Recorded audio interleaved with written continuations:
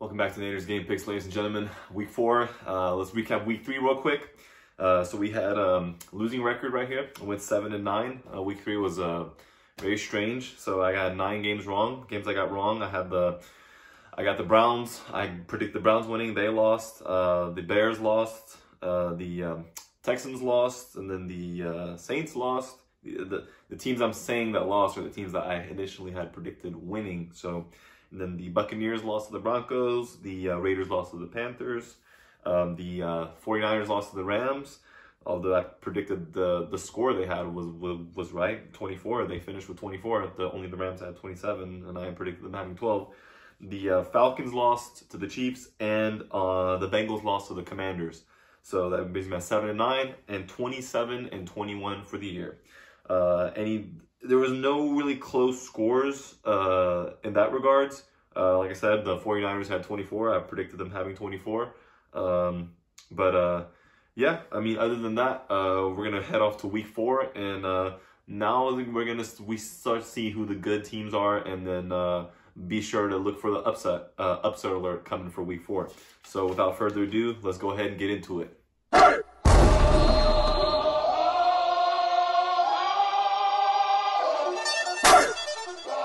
Here comes the...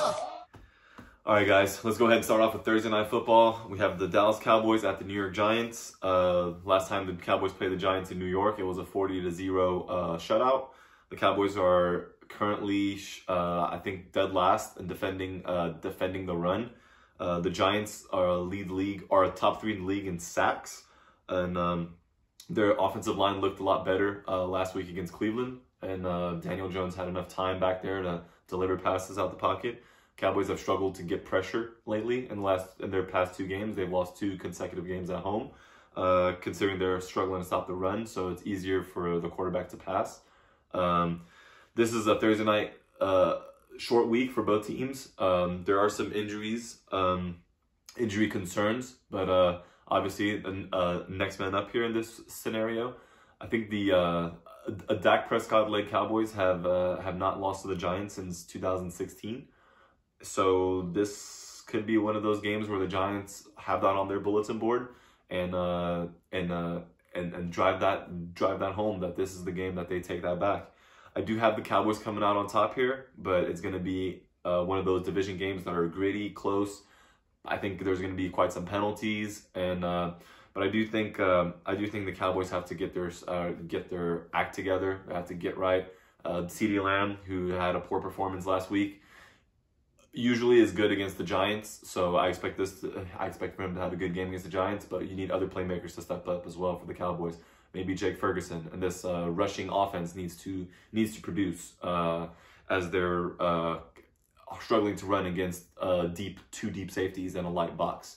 No teams currently respect their running game, and the Giants are no exception, as their D-line have been getting after quarterbacks with Brian Burns, Kayvon Thibodeau, and Dexter Lawrence. So with that said, I think this is going to be a tight game. I do have the Cowboys coming out on top, 27-24 on Thursday Night Football. Now we're advancing to Sunday, the Sunday slate of games.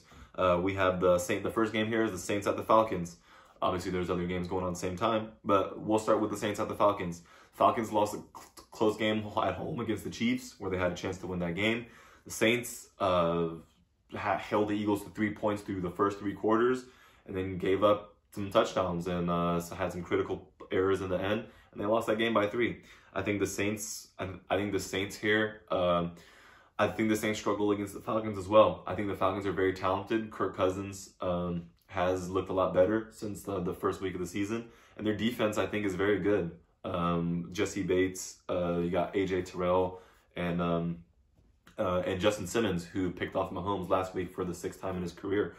And the Saints here, if Derek Carr isn't accurate pushing the ball down the field, especially against this good secondary, I can see them struggling. Although I can see Alvin Kamara being a key player in the impact of this game. I expect the team to commit the fewest mistakes, penalties, and fewest turnovers to win this game. I think that be the home team in this case. And I think the home team here, the Falcons, beat the Saints 30-21. Next, we have the Bengals at the Panthers. The Bengals lost to the Commanders on Monday night at home, dropping them to 0-3. The Carolina Panthers, who were 0-2 going into last week on the road against the Las Vegas Raiders. Convincing win with Andy Dalton passing for 3 touchdown passes. Looking very good in that matter. Chuba Hubbard rushing for over 100 yards.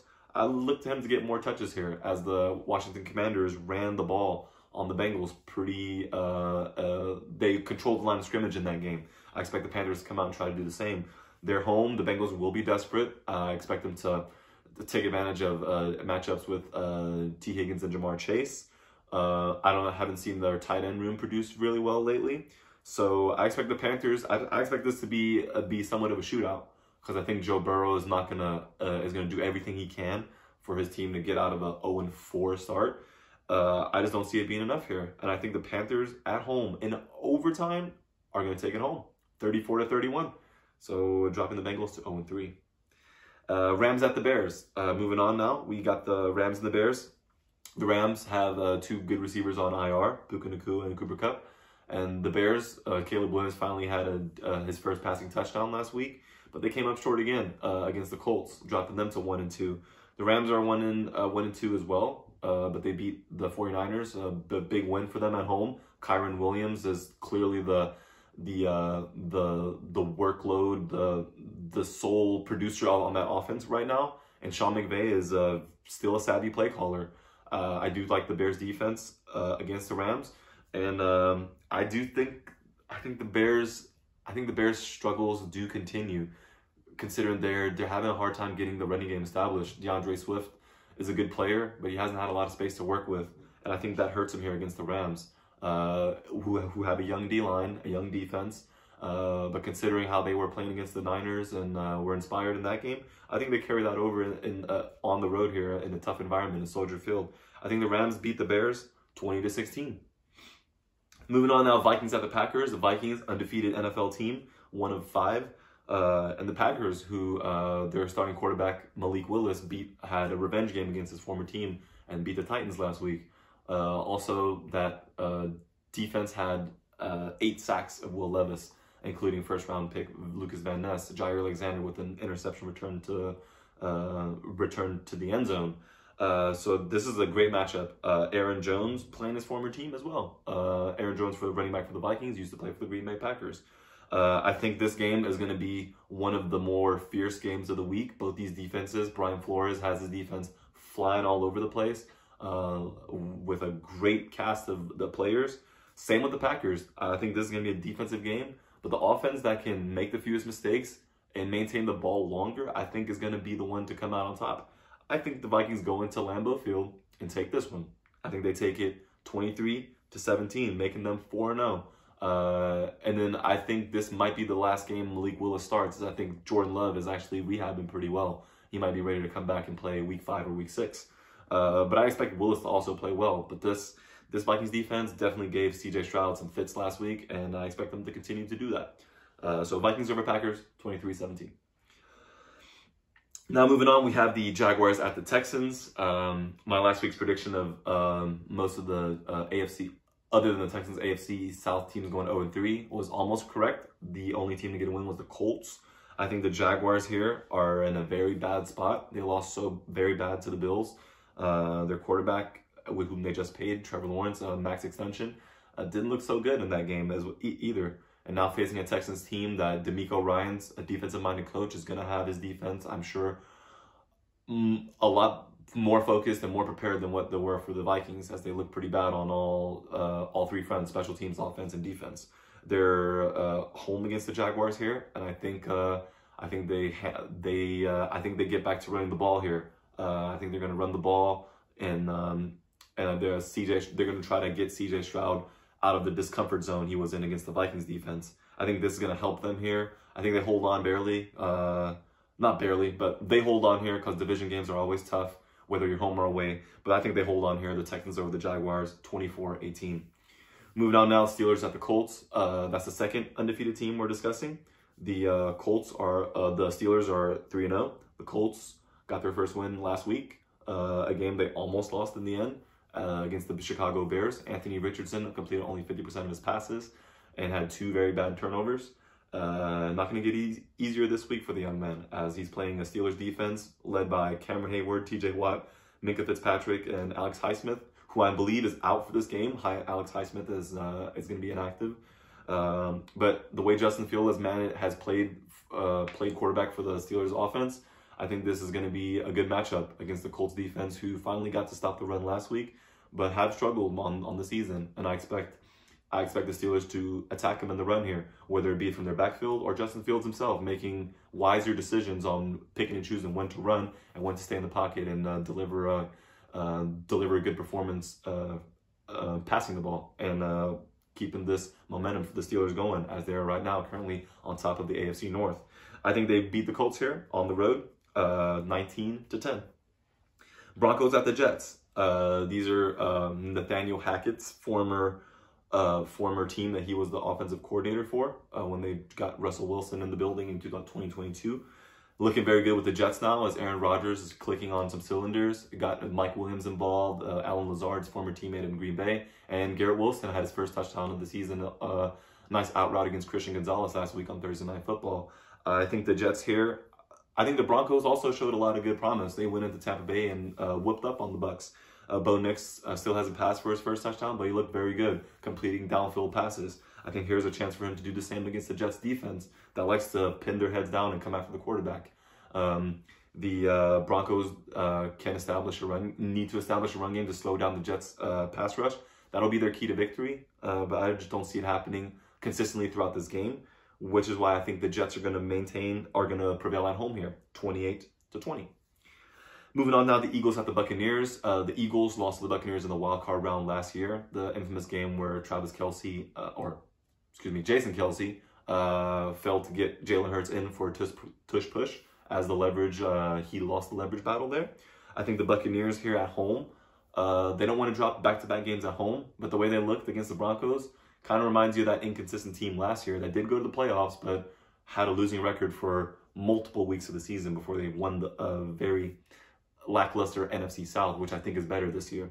But I think the Eagles come in here. They escaped with a win last week against New Orleans. I think a lot of football analysts believe that this is a very great team, maybe being held back by coaching, but that's definitely not an issue on their defensive end of the ball. They're very good on defense. Vic Fangio, they're flying around. They're defending the run pretty well, although they struggled against Atlanta a couple of weeks ago. I think this is a game where the Buccaneers, if they can't run the ball against the Eagles, I don't see Baker Mayfield picking them apart in the passing game, because I think they're playing very inspired football under Vic Fangio. I think the Eagles go into Tampa Bay, and I think they pull out a win here. I think they beat the Buccaneers of a score of 30-26. Now we have the Commanders at the Cardinals.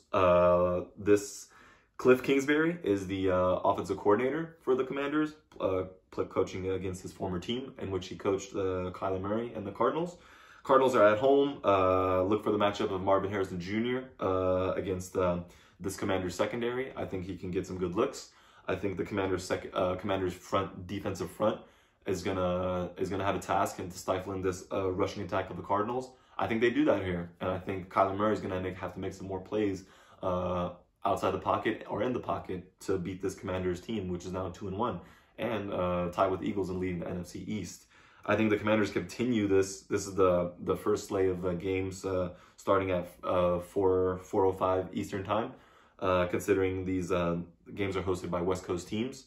I think the Commanders here, with Jaden Daniels having a almost pitch-perfect performance last week, I think he continues this here. As their running game got established, they were controlling the offensive line, the line of scrimmage. I see this happening again against the Cardinals, although it going to overtime. Although, unlike the Panthers and Bengals, I think the away team wins in overtime here. I think the Commanders beat the Cardinals 26-20 in overtime.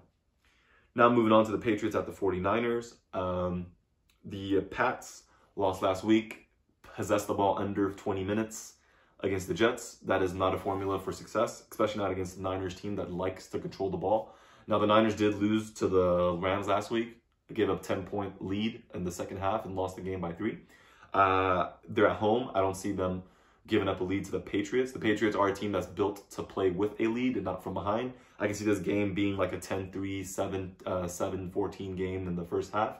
And then I see the Niners controlling the clock and keeping This defense has not been the best in the last 2 weeks, and I think they kind of get their stuff back on track against the Patriots team that don't have the most playmakers on offense, a couple of rookies, and mainly rely on a running game. And Jacoby Brissett has been pressured heavily, considering they have a young offensive line.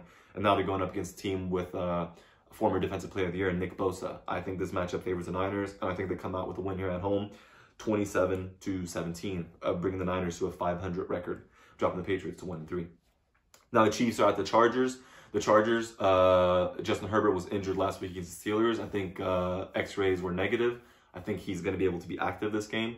But they do have Derwin James was suspended for a game for multiple repeated violations of player safety rules. So that's going to be very tough against the Chargers, considering the Kansas City Chiefs have a juggernaut of an offense. Even with Isaiah Pacheco sideline, they can run the ball efficiently. Rashee Rice is coming into his own, second year out of SMU. He's going to be hard to stop. Asante Samuel Jr., I believe, is going to be up to that task, though. But there's other weapons on this Chiefs offense. And Travis Kelce hasn't even really had that game of the year yet. He usually has those games against the Chargers, and maybe this is going to be one of those games. I see the Chargers' key to victory is that they have to run the ball and continue to run the ball and open up the pass for their quarterback. But it's going to be hard against the Chiefs defense, who allowed under 4 yards per carry against a very good Atlanta Falcons front running offense last week, and held up to under 100 yards rushing as a team. So that's going to be a very hard task for the Chargers. I think the Chiefs win here on the road against the Chargers, 34-14.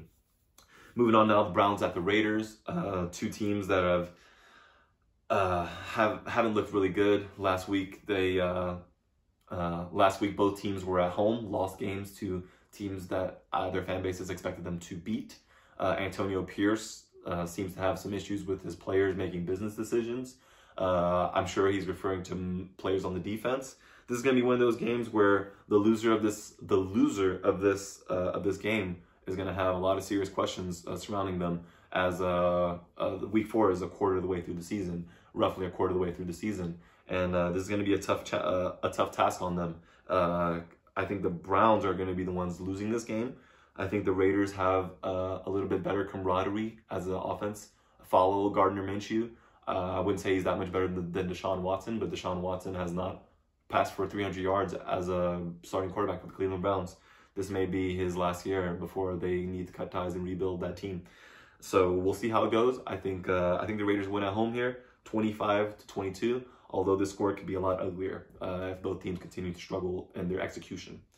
Now, Sunday Night Football is the Bills. I mentioned the Chiefs. That was the third undefeated team, and then the Bills is the fourth of the 5 remaining undefeated teams. They're on the road against the Baltimore Ravens, who successfully got their first win of the season on the road against the Cowboys last week.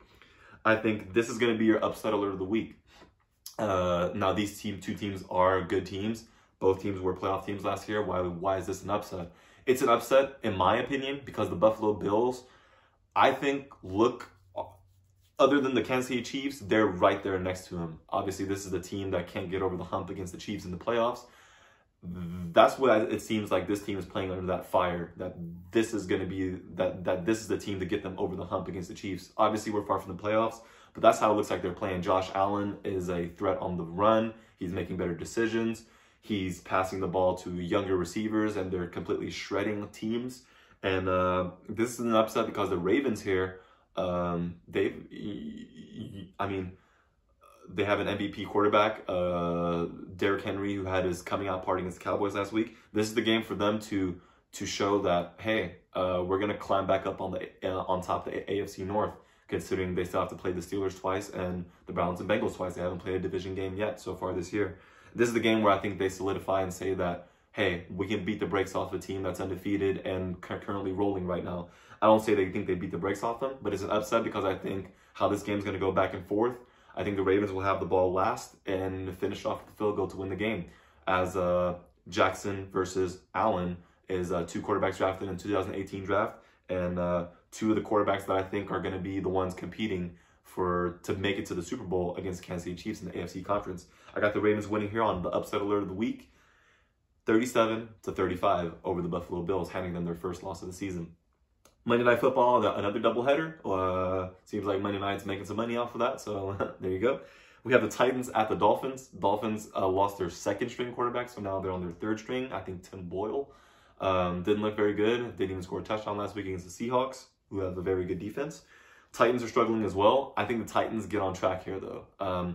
They haven't won a game either. Dolphins haven't won a game, but the Titans have not won a game. Will Levis has been struggling. These two teams played last year as well, and the Titans beat the Dolphins in a late comeback, which was miraculous to say the least. I think the Titans here establish a running game, try to keep Levis from passing it too much. They want to keep him from getting sacked a lot too. This is where he's taking a lot of punishment. Maybe they max protect. They need to make sure he stands upright. This Dolphins pass rush has been not been very good so far this year. So this could be a game where the Titans can make something look good and they can give their fan base something to be cheerful about. As for the Dolphins, that's a whole other story. But I think the Titans, the road team here, beats the Dolphins in Miami, which will be the second year in a row they do so, 24-20.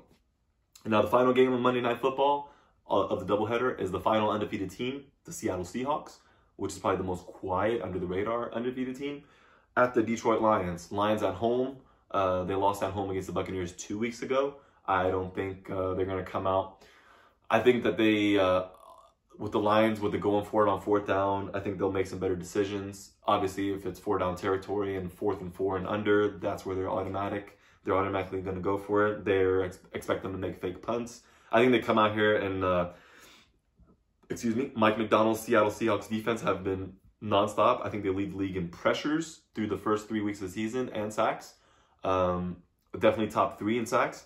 And they're coming in against the vaunted, one of the best front offensive lines in football, with Penei Sewell, Taylor Decker, Frank Ragnow, and a two-headed monster at running back.